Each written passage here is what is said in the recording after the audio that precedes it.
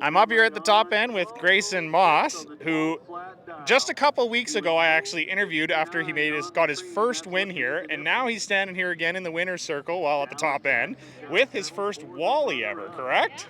So, so how does that feel? It feels really good, actually. Really, really good. Well, along the way, you had a pretty good day. Obviously, you're standing here now. Yeah. Is there any kind of moments that you remember that were special, important, maybe you thought you might lose, that you managed to pull off the win? Yeah, like right when I left, like this, when I left the staging lanes in this round, I was scared. I was scared, literally, like very, very scared. Yeah. I don't have one of these yet. Well, you don't need to be scared anymore because you're standing here with the Wally, so you did what you needed to do. Is there anybody you want to thank? I want to thank my mom, my dad, and my whole family. There you go. Congratulations and great job today.